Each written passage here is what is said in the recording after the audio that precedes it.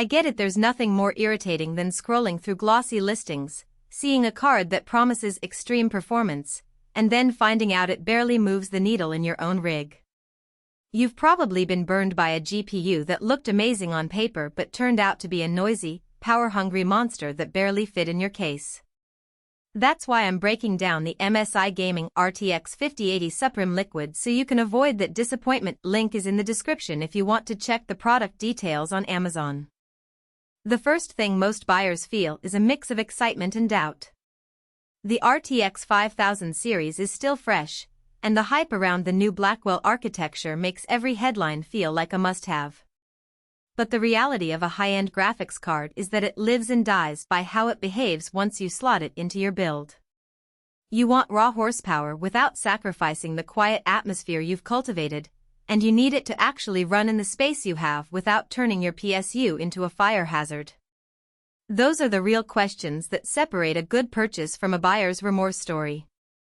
When we talk about the top tier of gaming GPUs, the conversation usually drifts toward raw specs, core clocks, memory bandwidth, ray tracing cores. Those numbers are useful, but they're only half the picture. What matters day to day is thermal performance, acoustic footprint, power draw, and how the card integrates with the rest of your system. A card that can hit 300 frames per second in a synthetic benchmark is impressive, but if it throttles under a 10-minute session of Elden Ring because it can't shed heat fast enough, the experience is soured. That's why the cooling solution and overall design are the first things I looked at. MSI's SUPRIM Liquid version of the RTX 5080 is built around an all-in-one liquid cooler that sits right on the PCB.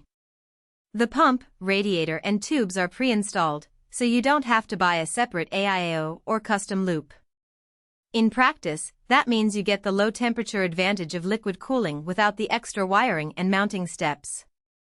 When I installed it in a mid-tower ATX case with a 360mm radiator slot, the card slipped in with a little effort, mostly because the PCB is fairly thick and the backplate extends past the usual dimensions. You'll need a case that can accommodate the extra length and the two-piece bracket that secures the cooler to the chassis. If you're running a compact mini ITX or a case with a 240mm radiator limit, you'll have to reconsider. What I found most compelling is how the card behaves under a realistic 4K gaming load.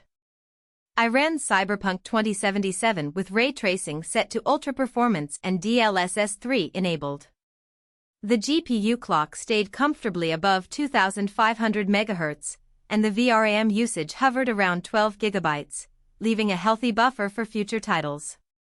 Temperatures peaked at 66°C after an hour of continuous play, which is a full 1520°C lower than many air-cooled RTX 5080s I've tested. The cooler's noise level was barely audible above my room's background hum, even when the fan curve kicked in during a sudden spike.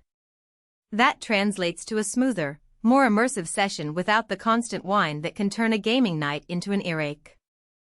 Beyond gaming, the 16GB of GDDR7 memory proves useful for content creation. I tossed a 10-minute 8K video render through Adobe Premiere Pro with the GPU accelerated effects turned on.